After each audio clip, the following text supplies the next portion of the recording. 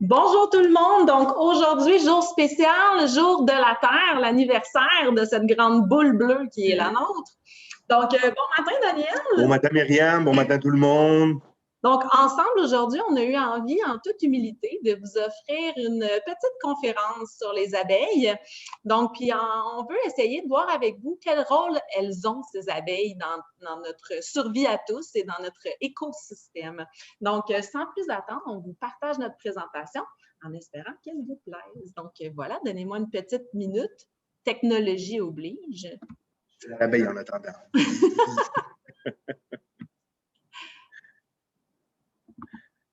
Voilà, j'y suis presque. Merci de votre patience. Voilà. Donc, je vais aussi cacher nos visages. Vous aurez nos voix pour l'occasion. Alors la voix avec l'accent, c'est la mienne. La petite voix mélodieuse, c'est celle de Myriam. Donc voilà, aujourd'hui, les abeilles, on avait envie, comme on disait, de démystifier un peu en quoi elles sont nos alliés. Donc, évidemment, ces petites travailleuses, vous les connaissez déjà, mais maintenant, on va voir quel rôle elles ont pour nous tous. Donc, avant de se lancer dans le vif du sujet, on a eu envie de vous partager 3 petites informations en mode « saviez-vous que ». Donc, ces abeilles sont fascinantes et sachez qu'entre autres choses, elles visitent environ 2 millions de fleurs et volent 80 000 kilomètres pour produire une seule livre de miel. Donc, quand on dit qu'elle travaille fort, je pense que c'en est la preuve. C'est l'équivalent de faire 2 fois le tour de la planète Terre pour une simple livre de miel. Aussi, les colonies d'abeilles comprennent de 20 000 à 60 000 abeilles ouvrières. On parle ici des abeilles miellifères pour une seule reine.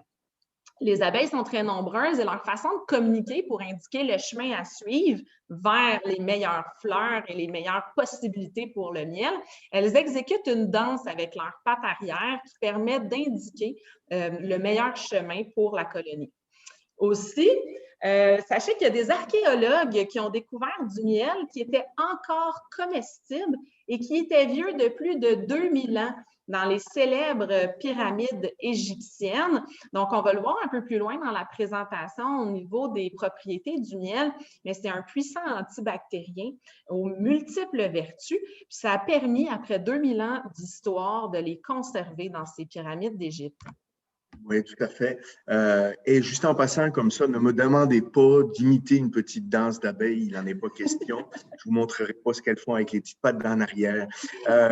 Pour revenir à l'historique des abeilles, là, vous voyez, il y a même des peintures égyptiennes qui représentent des ruches. Donc, on se sert des abeilles depuis des milliers d'années, 5500 ans et plus. Et du côté de l'Europe, la France, les druides, Astérix et Obélix, ils faisaient ce qu'on appelle de l'hydromel, qui était de l'alcool d'abeille, qui était l'élixir des druides. Donc, c'est la potion magique d'Obélix. C'est peut-être l'hydromel, on ne le sait pas encore. Comme vous voyez aussi en Amérique du Nord, les abeilles européennes auraient quant à elles été importées par les colons à peu près vers le 17e siècle. C'est très intéressant de savoir. Moi, j'ai découvert les abeilles au Reine-Élisabeth, qui était l'emplacement où je travaillais avant, et on avait des ruches. Donc, c'était fascinant. On peut changer de... Parfait. Donc voilà, donc c'est-à-dire que depuis plusieurs millénaires, c'est des alliés, puis on va voir en quoi elles ont un impact. Donc, qui sont-elles, ces abeilles? Donc, c'est des vaillantes gardiennes. Donc, on a l'habitude de leur attribuer le rôle de travailleuses acharnées. Hein? On utilise souvent l'exemple des abeilles comme de grandes travaillantes, mais sachez qu'elles sont aussi de vaillantes gardiennes. Pourquoi? Bien, au-delà du fait qu'elles habillent nos jardins avec leurs couleurs qu'on leur reconnaît très aisément, le jaune et le noir, elles sont aussi de précieuses gardiennes de notre survie à tous. Mais sachez que ces petites couleurs-là, jaune et noir, peuvent parfois prêter à confusion. Oui, il ne faut surtout pas confondre les abeilles des guêpes. Très souvent, là, on va voir les guêpes, normalement, on les reconnaît comment? La guêpe a la queue, le corps plus long, plus noir, et normalement, les ailes des guêpes sont plus longues, elles dépassent le corps des abeilles. La petite abeille ne va pas piquer Elle n'est pas agressive. Moi, j'ai d'ailleurs vu des apiculteurs qui allaient aux ruches pour ramasser le miel sans équipement, sauf qu'ils voyaient, encore une fois, moi j'en reviens avec ma petite danse, là, ils voyaient comment les abeilles volaient et s'ils sentaient le moins de stress des abeilles dans leur vol, donc c'est-à-dire c'était un vol qui était très saccadé, ils ne s'approchaient pas. Elles n'avaient pas envie de se faire perturber, déranger, soit parce qu'il faisait trop chaud, soit parce qu'elles manquaient d'eau, des choses comme ça. Ils n'y allaient pas. Mais du moment que les abeilles ont un petit vol beaucoup plus fluide et ils apprennent à reconnaître ça, je vous dis, j'ai vu, moi, des apiculteurs carrément ouvrir le toit de la ruche sans équipement, sans rien, et pas avoir une piqûre. Donc, elles ne sont pas agressives, contrairement à la guêpe qui va avoir tendance à être plus territoriale. Absolument. Donc, c'est pour la raison pour laquelle on dit que ce sont des abeilles domestiques. Donc, les abeilles à miel ont l'habitude de vivre avec les apiculteurs. Elles sont donc plus petites, comme le disait Daniel. Elles sont reconnaissables, mais vous allez voir que la démarcation entre le jaune et le noir est beaucoup plus vive chez les guêpes, qui sont aussi plus grandes. Mais un dernier petit détail qui permet de les reconnaître, c'est, vous le voyez bien sur la photo, elles ont un petit dos velu. Donc, elles ont un petit velours sur le haut du corps, chose que les guêpes n'ont pas. Donc, voilà. Sinon, bien, les abeilles, on parlait du chemin qu'elles ont pour nous permettre à nous, grands humains, de connaître la vie qu'on a aujourd'hui. Donc, les abeilles, de leur vie à nos assiettes, qu'est-ce que ça signifie? Bien, d'abord, il y a la pollinisation. Hein. La pollinisation, c'est très important, c'est vital. En fait, c'est que les abeilles transportent le pollen qui est nécessaire à la fécondation des différentes fleurs qu'elles visitent. Donc, c'est elles qui, avec leurs pattes arrière, puis aussi, bon, évidemment, elles récoltent le pollen et le nectar, vont de fleur en fleur et permettent la production ensuite des fruits, des légumes et des semences qu'on récolte. Donc, fruits, légumes, semences serait impossible sans cette précieuse pollinisation. Et d'ailleurs, dans la région, on a plusieurs belles compagnies d'apiculteurs et de miel, dont Intermiel, pour ne pas le nommer, qui sont dans le bout de Saint-Eustache, un petit peu en arrière, là, vers les érablières et vers où il y a toutes les pommeries et tout. Et ils ont l'avantage que les agriculteurs veulent avoir des ruches dans leurs champs parce que ça fait que les arbres fruitiers produisent plus de pommes, dans le cas des pommes, ou plus de raisins, ou plus de fruits, quels qu'ils soient. Donc, en général, les apiculteurs sont toujours très, très, très bienvenus dans les champs pour nos récoltes. Absolument. Donc, au niveau des récoltes, ben, le temps des récoltes venues, les abeilles sont essentielles parce qu'elles pollinisent 80% de toutes les plantes à fleurs de notre planète. Donc, 80%, c'est énorme. Dans nos jardins, les arbres fruitiers sont les plantes les plus dépendantes de la pollinisation des abeilles. Qui dit arbre fruitier, dit nos propres délices. Hein? Donc, comment on pourrait envisager un monde où les fruits, les légumes et les autres délicieux mets qui en découlent, bien, si on devait s'en passer de ces fruits et légumes-là, ça nous laisserait très peu de végétaux puisqu'ils dépendent de la pollinisation. Et je tiens à renforcer que les abeilles ne sont pas agressives. Les gens ont peur. Si vous voyez des abeilles, des fois, elles vont arriver parce que vous êtes sur votre terrasse, vous avez un verre de jus et il y a une abeille, je dis bien une abeille, non pas une guêpe qui arrive et qui commence à tourner.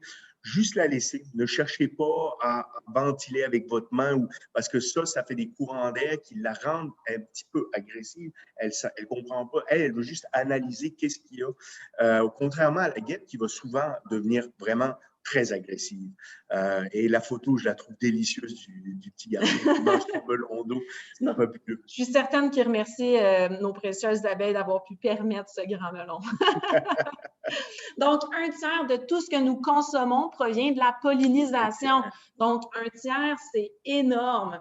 Par contre, le déclin des abeilles préoccupe les apiculteurs énormément en ce moment. Ce sont des gladiateurs qui essaient de maintenir la survie de ces précieux insectes qui voient leur colonie diminuer depuis les dernières années.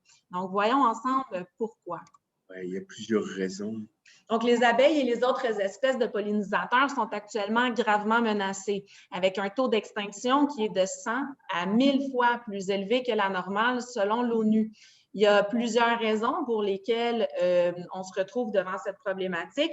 À noter, entre autres, l'usage de pesticides chimiques et d'insecticides, évidemment, sans compter les nombreux produits utilisés à la maison qui ont un impact direct sur notre écosystème. L'utilisation de pesticides nocifs détruit des colonies entières et anéantissent leur capacité de se reproduire. Oui, il y a aussi, je vais rajouter par rapport à ça, les pesticides, il y a aussi des parasites maintenant qu'on a découverts. Les abeilles vivent très, très bien en hiver, donc on peut les garder dans les ruches et les essaims d'abeilles qu'on a avec la reine vont frotter leurs ailes pendant les grands froids pour tenir la température de la ruche tant qu'elles ont suffisamment de nourriture.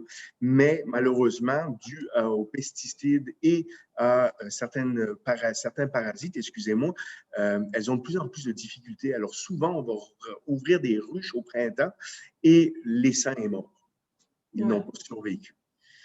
Donc, absolument. Puis, qui dit pesticides, insecticides, on parle aussi de culture. Donc, la pratique des cultures actuellement est dénaturée, n'est plus celle qu'elle était auparavant. Donc, entre autres, la monoculture, ça donne à une seule culture, hein, monoculture pour un seul choix. À noter, entre autres, de vastes étendues de culture de maïs, ce qui fait en sorte que les nombreuses possibilités de se nourrir normalement pour les abeilles dans des vastes champs de fleurs sauvages ou d'arbres fruitiers ou d'arbustes, etc., n'est plus possible. Les pratiques agricoles intensives aussi briment leur environnement puisque ce ne sont pas des cultures instinctives comme ça a toujours été le cas sur notre belle planète, mais que maintenant on consomme énormément et on fait des productions à la chaîne. Et ces productions-là ont beaucoup de désavantages. Maintenant, il y a des nouveaux agriculteurs qui se permettent de faire des rangées de fleurs sauvages pour aider, parce qu'ils sont très conscients que, hormis la culture, par exemple, si ce producteur-là produit du maïs, il sait très bien qu'à côté de ça, il va produire d'autres choses et que ces choses-là vont peut-être avoir besoin d'abeilles. Donc, ils sont de plus en plus conscients. On travaille là-dessus. Je pense que tout le monde est de plus en plus conscient sur la monoculture. Il faut faire attention, il faut faire un contrepartie pour aider nos petites abeilles. Absolument. Puis ce sont tous les gestes qui comptent. Un peu plus loin dans la présentation, on va parler de solutions. Mais celui-là en est un excellent, celui que Daniel vient de vous proposer. En fait, c'est que chacun s'adapte à son environnement en essayant de limiter son impact. Dans cet exemple-ci, mais nos cultivateurs qui choisissent parfois d'ajouter des rangs de fleurs sauvages ou de carrément délimiter leur portion de champ par de grandes bandes de fleurs sauvages et d'arbustes fruitiers. Mais Myriam, j'ai encore une bien meilleure idée, mais je vais en parler un petit peu plus tard. Avec plaisir. Le troisième exemple qui nous occupe, bien évidemment, vous n'êtes pas sans savoir, c'est sur toutes les lèvres, les changements climatiques. Donc, les changements climatiques et la destruction des habitats, oui, des abeilles, mais de tous les pollinisateurs, en fait, contribuent à les décimer. Le climat n'est plus le même, certaines terres sont beaucoup plus arides, d'autres connaissent davantage de pluies acides. Donc, forcément, qui dit impact sur leur habitat, dit impact sur leur survie. Tout ce qui s'applique aux gros animaux s'applique aussi aux petits animaux. Hein. Donc, c'est la vérité autant pour les abeilles que pour d'autres animaux qui ont leur vie, voyons, je vais y arriver, leur milieu de vie qui est restreint par l'urbanisme, par l'humain, le changement climatique et tout ça. Donc, fait que ça devient plus précaire pour eux, l'existence. Exact. On a envie de vous partager quelques faits qui sont importants dans cette situation qui est préoccupante. En fait, il s'agit d'un enjeu mondial. La disparition des abeilles est un phénomène planétaire, donc les pertes sont importantes, sont recensées depuis environ une quinzaine d'années. L'Amérique du Nord est particulièrement affectée, le Québec n'est pas épargné. La mortalité est 2 à 3 fois plus élevée qu'auparavant. Si on regarde du côté de l'impact en chiffres, bien, si les abeilles déclinent, c'est aussi l'agriculture tout entière qui en pâtit. Sans l'abeille à miel, notre alimentation serait fortement modifiée. Donc, l'abeille ne se limite pas à sa production de miel, comme on vient de le voir. Les productions de pommes et de citrouilles, à titre d'exemple, chuterait de 90 %. Pour les bleuets, on parle d'une diminution de l'ordre de 80 %. Les pertes sont donc plus grandes que nature. Sans les abeilles, nous pouvons dire adieu à plus de 130 cultures: amandes, canneberges, abricots, noix de cajou, pommes, poires, bleuets, avocats, brocoli et plusieurs autres variétés de légumineuses, le café, le chocolat et plus encore. Donc, comme vous le voyez, on ne parle pas de végétaux qui sont indigènes ou exotiques, on parle de notre alimentation de tous les jours. De tous les jours, c'est ça. Et ce qu'il faut regarder aussi beaucoup, c'est que ça modifierait énormément de choses.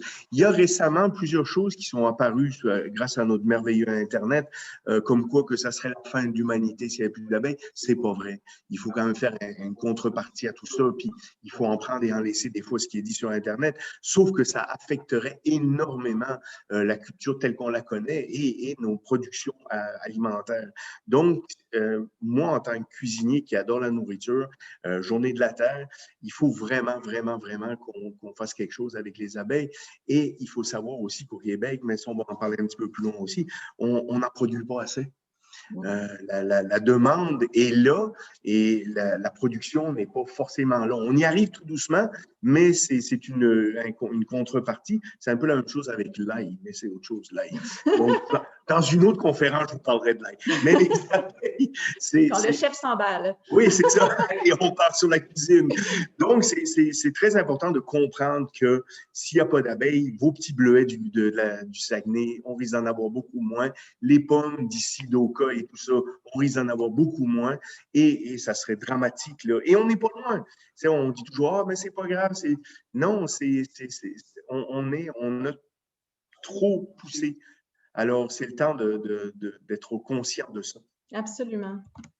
Donc, à titre d'exemple, on avait un apiculteur, donc M. Yves Gauvin de Saint-Hyacinthe, qui mentionnait qu'aujourd'hui, ils sont contents quand ils arrivent à retirer 3 kilos de miel par ruche, hein, donc pour une colonie entière. Avant, ils pouvaient avoir des entrées jusqu'à 7 kilos par jour issus d'une ruche. Donc, c'est quand même à vous dire à quel point les abeilles sont affectées et à quel point elles doivent bosser encore plus dur que jamais pour essayer de trouver les ressources nécessaires à se nourrir et donc à produire le miel qu'elles ont produit depuis les millénaires qui étaient préparés. Justement, tant qu'à parler de miel, on vous fait une petite parenthèse, mais qu'en est-il du miel? Parce qu'en plus du délicieux goût sucré qu'on lui connaît, le miel est reconnu pour ses multiples vertus. On dit de lui qu'il calme les maux de gorge, hein, on connaît bien ce truc. C'est un allié antitussif, donc peut calmer la toux, a des propriétés antibactériennes, donc certains l'appliquent même en bandage sur de petites plaies ou de petites égratignures. Et il agit contre le mauvais cholestérol. Je vous dirais qu'il y en a encore beaucoup. C'est un hydratant, c'est bon pour la peau. Donc, les articles sont nombreux à ce sujet. C'est une raison de plus de prendre soin des ouvrières aux multiples talents, mais aussi de faire une place dans notre alimentation au miel plutôt que de choisir un sucre raffiné. Daniel vous parlait il y a une minute de faire des choix différents. Mais des fois, c'est dans des petites actions aussi. Donc, pourquoi pas sucrer le café du matin avec un bon miel naturel d'Intermiel qui est juste à côté, en plus de poser un geste local, votre café goûtera encore meilleur. Absolument.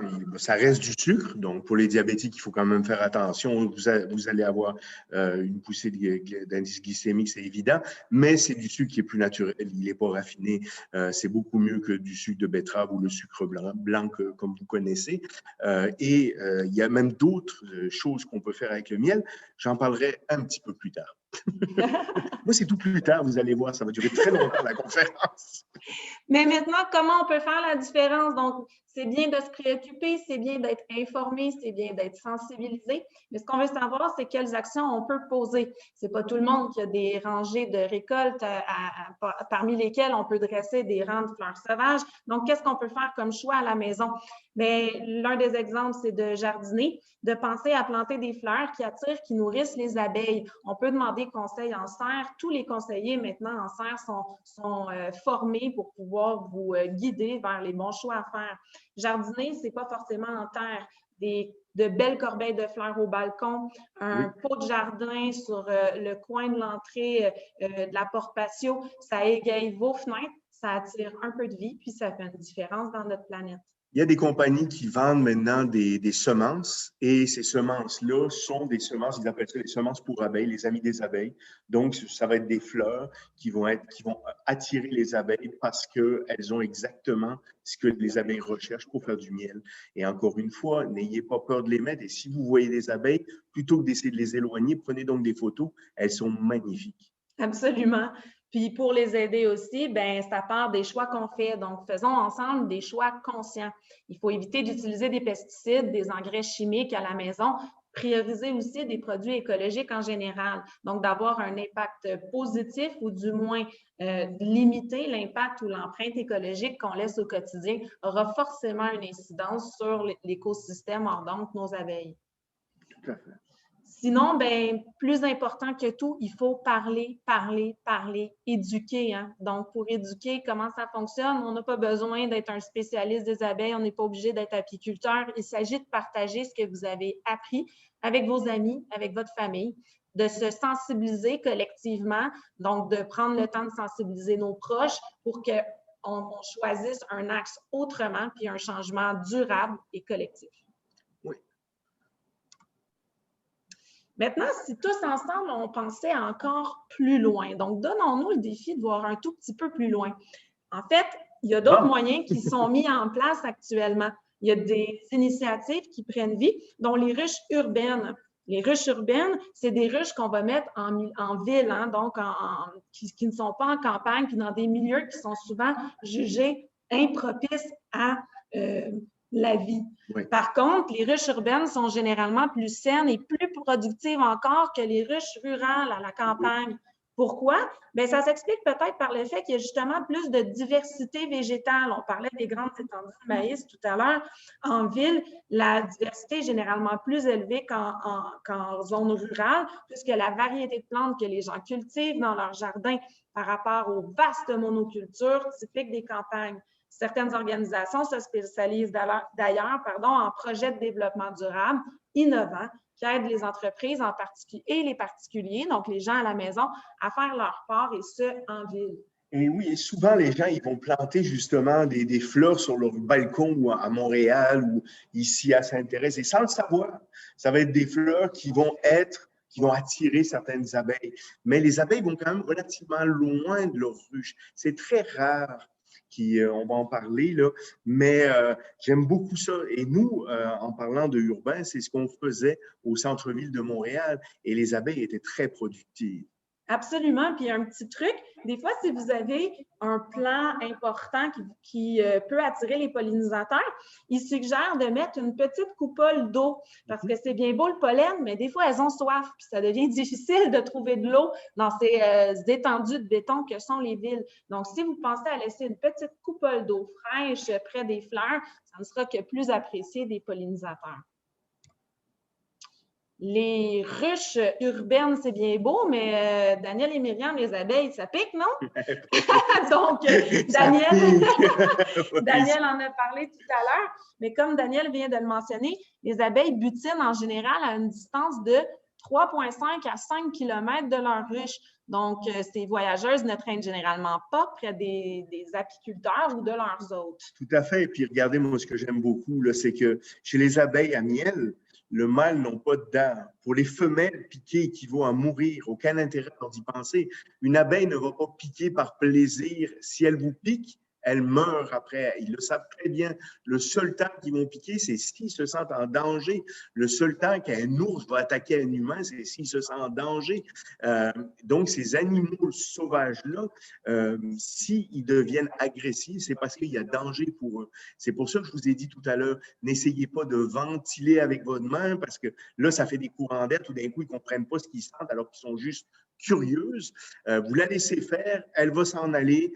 Bon, si c'est un bon petit vin, peut-être qu'elle va les butiner un petit peu du vin, mais après ça, elle va partir. Laissez-la faire, regardez-la faire. Et souvent, ils vont avoir deux petites boules de pollen de chaque côté. C'est impressionnant, des fois, les boules sont plus grosses que l'abeille quasiment. Absolument. Donc, puis encore, on vous rappelle de faire la distinction entre les guêpes et les abeilles. Mais comme vient de le dire Daniel, gardez en tête que d'une part, les mâles n'ont pas de dard, donc ne représentent pas un danger de vous piquer. Et c'est très vrai pour toutes les femelles.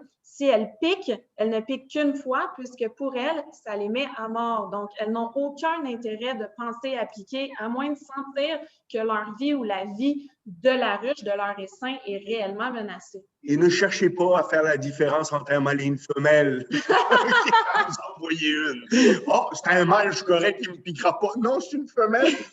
OK, on ne va pas là. Ça va être difficile. On n'en a pas vu encore qui portent un complet cravate ou une jupette. Donc, on se fie qu'elles peuvent potentiellement piquer, mais généralement pas, à moins de se sentir fortement menacées.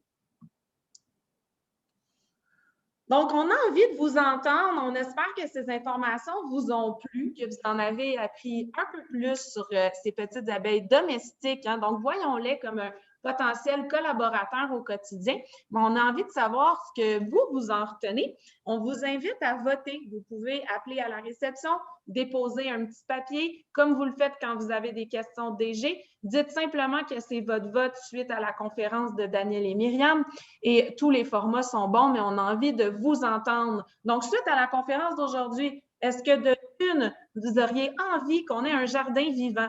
Donc, ce serait de créer un jardin collectif favorisant la biodiversité, puis créer notre propre jardin vivant à nous. Ce serait une façon d'observer la nature de plus près. Donc, par jardin vivant, on entend de mettre des espèces bien spécifiques qui peuvent attirer non pas seulement les abeilles, mais aussi de magnifiques papillons, les colibris et d'autres intéressés des jardins vivants. Oui, c'est ça, tu viens de le dire. En général, les fleurs que les abeilles vont butiner très souvent vont approcher et les papillons, mais surtout aussi les colibris.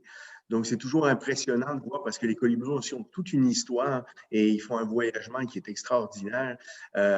Donc, ça nous permettrait peut-être, s'il y avait un jardin collectif, d'attirer ces animaux-là dans notre cours qui est magnifique. Alors, moi, je suis sûr que mon vote, il est 1, 2, 3, 4, 5, 6, 7, mais ça serait... Donc, vous avez le droit de mettre plus d'un choix. D'ailleurs, tout s'applique. Donc, le 1 pour le jardin vivant. Pour le 2, est-ce que vous avez envie d'avoir des colocs sur le toit? Je laisse Daniel en parler parce qu'il fait la danse des abeilles. Vous ne le voyez pas, mais je sais qu'il a envie d'échanger avec vous. Mais ça, si on fait ça, je vous garantis que vous allez me voir sur le toit faire la danse des abeilles. Promis, c'est une promesse. Non, c'est quelque chose qui me tient quand même très à cœur en tant que cuisinier. J'aimerais beaucoup arriver à avoir une ruche sur le toit ou peut-être plusieurs. On a un côté du bâtiment qui s'adonne très bien à ça. Et après ça, cultiver et récolter notre miel. Non seulement pour en faire du miel pour qu'on l'ait en cuisine, mais pour faire plusieurs choses. J'aurai plusieurs idées d'ateliers après que je discuterai avec vous pour les gens qui seraient intéressés, que ce soit faire des baumes à lèvres, que ce soit, il y a des savons, on peut faire plein de choses après ça, de la paraffine, bien entendu, pour faire des bougies, des choses comme ça. Donc, il y aurait plusieurs choses qui pourraient en venir. C'est sûr qu'une ruche d'abeilles donne un certain volume, une certaine quantité, mais ça nous permettrait de nous diversifier et puis peut-être d'avoir aussi des petits cadeaux, des petites choses comme ça. On pourrait faire du miel, puis donner dans des petits pots, puis quand vos familles arrivent, leur faire une petite surprise de « Oh, aux résidences du marché, on a cultivé du miel avec des abeilles. Je vous donne à vos petits-enfants un petit pot de miel qui a été fait ici. » Je trouve que ça serait extrêmement intéressant. On pourrait faire aussi un menu thématique. À un moment donné, la pandémie va arrêter, vos familles vont revenir manger avec nous. On pourrait faire toutes sortes de choses dans le futur. Donc, la ruche me tient beaucoup à cœur et ça, c'est quelque chose depuis que le centre-ville qu'on en avait, j'ai beaucoup appris. J'en ai encore beaucoup à apprendre. Je ne suis pas du tout apiculteur, mais j'aimerais beaucoup le devenir. Donc, l'option 2 me plaît beaucoup. Donc, voilà pour la 2. Donc, si vous êtes intéressé, ce n'est pas quelque chose qu'on réalise demain matin, mais on avait envie de vous sonder, vous, résidents. Donc, qu'est-ce que vous en pensez d'avoir des colocs sur le toit? Ça serait à la fois, évidemment, un projet innovant, stimulant, de construire un projet d'apiculture urbaine qui serait évidemment sécuritaire, hein, ça serait placé sur le toit, puis qui nous permettrait de récolter notre propre miel puis de faire une différence. Donc, pour la 2. le vote 3. Donc, on rappelle que vous pouvez mettre plusieurs options. Venez nous voir, exprimez-vous. Mais si vous voulez le déposer à la réception, on serait vraiment heureux d'avoir votre pouls. Bien, ça serait de dire, j'ai envie d'en apprendre toujours plus. Donc, des fois, on n'est pas toujours prêt pour les grands projets, mais si vous êtes intéressé, bien, qui serait bon d'en apprendre davantage sur les abeilles lors de conférences, des ateliers qui nous permettraient de réfléchir à un projet éventuel. On a des collaborateurs qui sont bien disposés, une fois que les mesures le permettront, à venir échanger avec vous. Donc, ça aussi, vous pouvez témoigner votre intérêt sur le sujet. On a d'ailleurs la très agréable et inspirante compagnie Alvéole qui s'est portée volontaire pour venir vous rencontrer. Alvéole qui a été, entre autres, mandatée pour des ruches urbaines chez les Augustines, donc le couvent des Augustines de Québec. Donc, il n'y a pas d'âge ni de milieu pour s'intéresser aux abeilles comme elles le prouvent. C'est vraiment un projet magnifique sur lequel on pourra échanger avec vous. Donc, sur ce, ben, merci à vous tous d'avoir répondu à l'appel et d'être venus au rendez-vous. Merci, Daniel, c'était un plaisir. Ben, merci Myriam. Puis écoutez, j'espère que ça a été instructif. J'espère que vous en savez un petit peu plus sur les abeilles en cette journée de la Terre. Elles sont essentielles. Ce n'est pas parce qu'elles sont petites qu'il faut forcément les écraser ou en avoir peur. Les abeilles, ça ne pique pas. C'est parfait. Merci à tout le monde. On vous souhaite un agréable jour de la Terre. Puis en espérant que la programmation d'aujourd'hui vous plaira, puis que ce sera partie remise pour encore plus de ces moments partagés. Bonne journée. Au revoir.